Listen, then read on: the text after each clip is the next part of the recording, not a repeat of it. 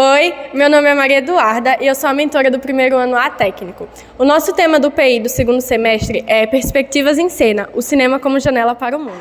E meu nome é Arthur e o nosso objetivo é aprender a partir de cinema, referências históricas, críticas e temáticas sociais. Ao mesmo tempo, podemos, na entrega dos produtos finais, articular uma série de técnicas e aprendizado, assim como este que vamos entregar agora para vocês, um mini documentário. O primeiro filme que assistimos foi Que Horas Ela Volta, de 2015, estrelado pela Regina Casé, que conta a história de uma empregada doméstica, migrante nordestina que deixou sua filha para trás, em busca de trabalho em São Paulo. Val trabalha em uma casa de classe média alta e a vinda de sua filha Jéssica para a cidade a fim de fazer vestibular muda completamente a sua perspectiva e trajetória de vida. Nós entrevistamos os estudantes do segundo ano A, que também trabalharam com o filme nas aulas de Sociologia a partir da teoria de Pierre Bourdieu. O que você achou do filme Que Horas Ela Volta? Quando eu assisti pela primeira vez, eu achei um filme interessante, porque ele retrata uma visão sobre uma determinada classe social. Aí depois que eu assisti pela visão da nossa aula de Sociologia, eu consegui captar melhor sobre as críticas do filme, que o filme é mais profundo do que ele aparenta ser, e de que, querendo ou não, é um filme importante para entendermos como funcionam as nossas classes sociais. O filme mostra a realidade da Val e da Jéssica, que são completamente diferentes. A Val já tem a tendência a ser submissa aos próprios patrões, enquanto a Jéssica tem uma realidade diferente. Ela tem uma postura diferente, tem uma forma de falar diferente, ela tem sonhos completamente diferentes, o que dá um choque maior nos próprios patrões. O filme ele é bem detalhista, né? Ele mostra como a sociedade brasileira se comporta na questão de divisão do trabalho, né? Onde boa parte do pessoal que trabalha com faxina, essas coisas, como é que eles são pressionados pela sociedade, né? Os mais ricos, de repente, eles têm ali um poder maior, então eles têm um certo controle, né, da movimentação do que trabalha para eles. Quais situações do filme mostram as diferenças de classe social entre os personagens? Como eu acabei de falar, o choque que eles tiveram pela realidade que ela queria ter e a diferença da postura entre eles. Enquanto os patrões têm uma postura mais arrogante, a Val era completamente submissa a eles. O filme ele vai mostrar a principal característica da divisão de classes lá quando a filha dela chega, né? Também vai ter quando deixa eu ver outro momento assim, bem assim, na festa, né? Quando ela entregar as xícaras, que é quando ela vai mostrar, né? Que tecnicamente na visão da classe mais elite, é algo pobre, né? Já que é de plástico e tudo mais, ela prefere usar de madeira, da Suíça e tudo mais. Também já é outra cena que a gente pode ver essa divisão. E também sobre a questão das economias, né? Que ela veio do Nordeste e ela não teve como se manter, então ela teve que morar na casa dos patrões, né? E isso já mostra assim, que tem uma certa pressão sobre uma classe e outra. A cena que eu posso dizer diretamente é a cena da piscina, que a patroa fica irada porque a filha da empregada se joga na piscina com o filho dela. E também podemos ver esse conflito nas cenas que se ambienta ali na cozinha, que a patroa acaba fazendo a vitamina para a filha da empregada. Teoricamente, todas as cenas que a filha da personagem da Regina Casé está participando, está ali revelando um conflito entre as classes. O que você pensa da desigualdade social no Brasil? A desigualdade social ela é uma coisa enraizada já, né? Desde o tempo da colonização, né? Quando chegam os portugueses, já começa a desigualdade social porque você, após a abolição da escravatura, você vai ter muita gente, né? Muitos escravizados sendo libertos sem condição digna de moradia, sem ter onde morar, o que comer e tudo mais. Então isso já é uma coisa enraizada, não foi uma coisa que foi recente, né? É uma coisa que já veio antigamente, que não foi tratada. Talvez se tivesse sido tratado, talvez fosse um pouco menor, né? Ou então a adoção de políticas públicas talvez também resolvesse esses problemas. Eu acho um negócio, assim, revoltante. Porque, teoricamente, assim como descreve a lei, todos nós somos iguais e dignos de ter as mesmas oportunidades. Mas, na teoria, é um negócio diferente. Então, assim, a julgar também a educação, as oportunidades, a gente vai viver com essa desigualdade social, já que todos não têm as mesmas oportunidades. Então, é algo persistente na nossa sociedade.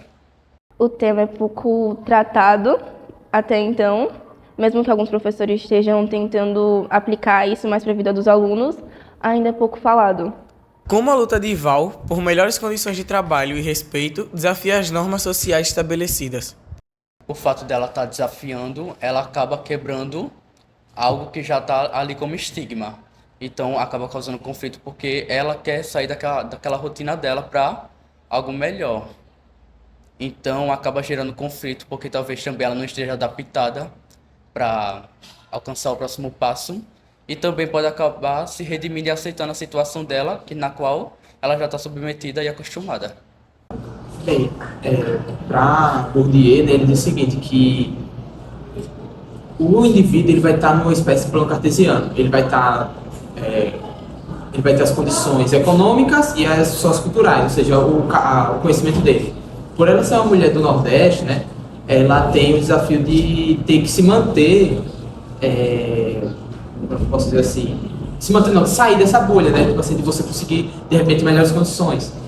E exatamente por ela ser do Nordeste, tem uma grande força da elite para pressionar ela para ficar. Tanto é que quando ela chega na casa do patrão, da mãe dela, ela percebe que, a gente pode perceber nesse caso, que ele fica meio que agradando sempre ela, que é pra, de repente, ela se acostumar, né, a estar sempre frequentando a casa e tudo mais, para, de repente, no futuro, caso ele precise, ela possa, de repente, trabalhar da mesma forma que a mãe dela trabalha na casa.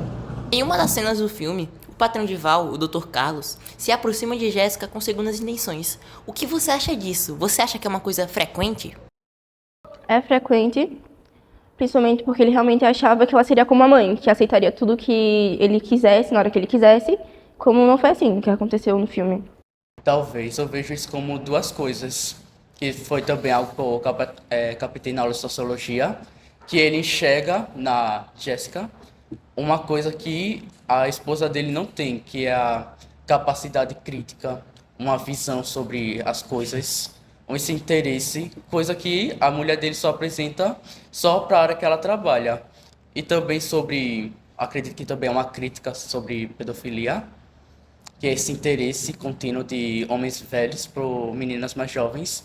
Aí ele vê aquela situação dela como uma situação de, pronto, ali é uma oportunidade, então eu vou me aproximar dela. Uma das críticas que observamos é que um dos motivos de Jéssica escolher fazer arquitetura seria um desejo de mudar uma estética de construção social antiquada e simbolicamente repressiva. O que poderia nos dizer sobre isso?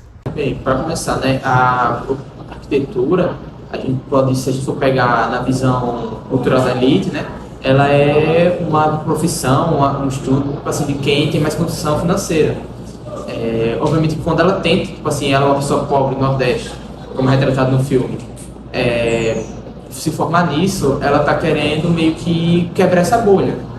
E que, tipo, de certa forma, é importante, né, a gente ter, tipo assim, além do pessoal da elite, dentro dessas matérias, arquitetura, medicina, que a gente também vê muito que só o pessoal que tem muita condição financeira consegue entrar, em maioria, né, também é importante a gente ter esse pessoal que, de repente, é menos favorecido. Então, eu acho sim que é importante, eu acho que sim,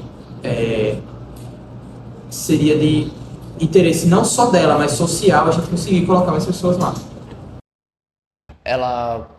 Talvez ela tenta buscar arquitetura para mudar aquela ambientação na qual ela cresceu, para tentar, assim, se aproximar ou se referenciar das classes mais altas, que é o objetivo que ela tenta alcançar. Então, nas artes delas e arquitetura, quando ela tenta replicar isso, então ela tenta replicar uma ideia assim que podemos perceber as ambientações assim de classe alta, das classes altas. Como você correlaciona a teoria de Pierre Bourdieu com as temáticas colocadas pelo filme? É possível conceituar classe social unindo os dois? Na teoria de Pierre Bourdieu, ele cita algumas temáticas que tem no filme, como hábitos, a cultura social, essas coisas, e dá pra ver isso no filme. Um dos hábitos que pode ser visto no filme é a postura retraída da Val, enquanto a da Jéssica é completamente solta, como se ela já pertencesse àquela classe. Aplicando o Bourdieu na teoria do filme, podemos sim perceber que os tópicos que o Bourdieu trabalha no filme é perceptível durante o decorrer do filme.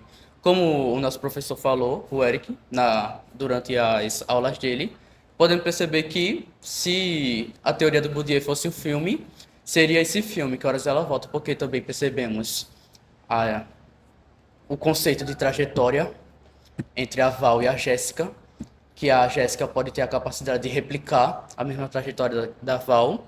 Também percebemos o hábitos, que podemos refletir isso na Val, que é a ideia de submissão, a ideia de obedecer, aquela ideia de esse aqui é meu espaço e eu não posso interferir no espaço do próximo.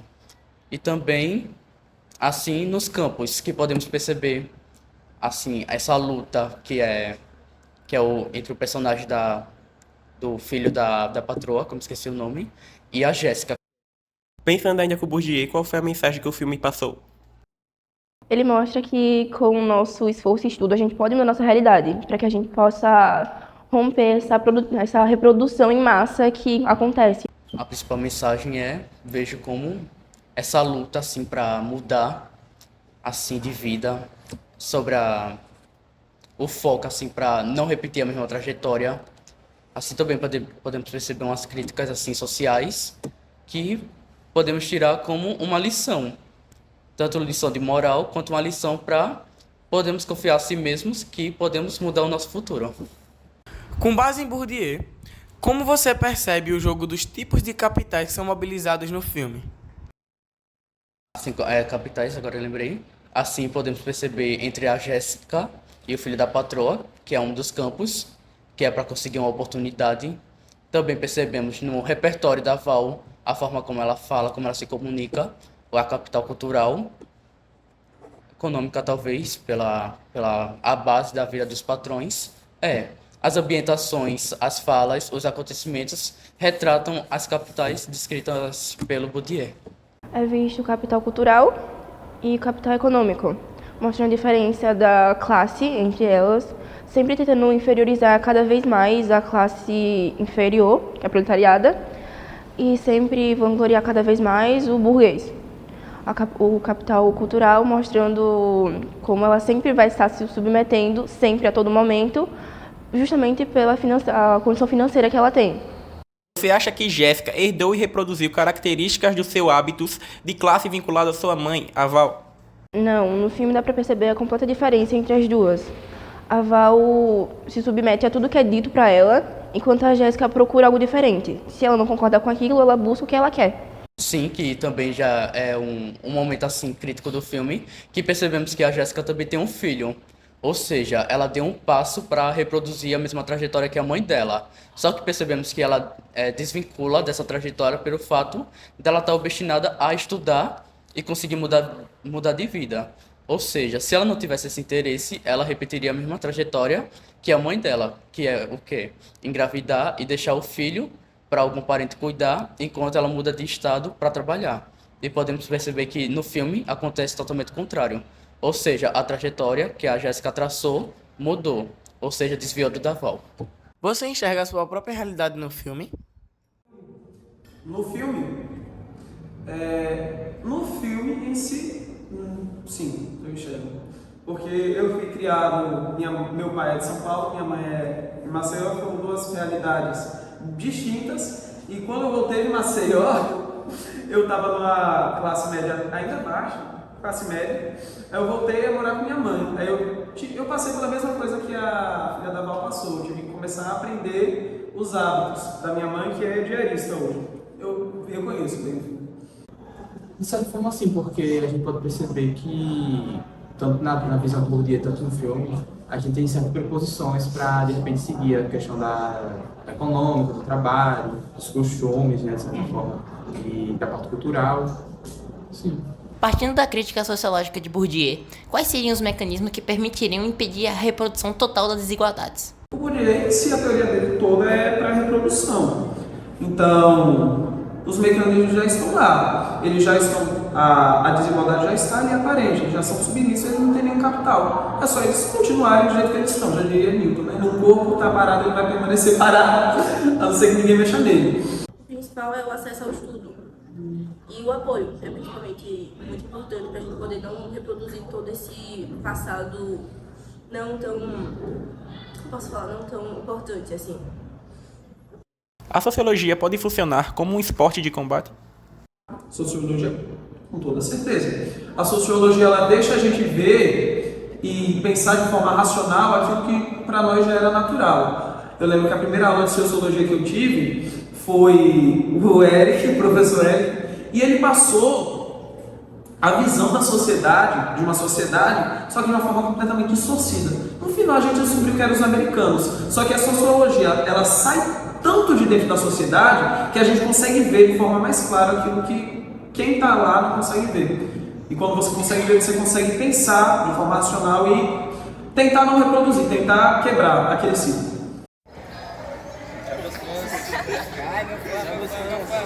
Tchau.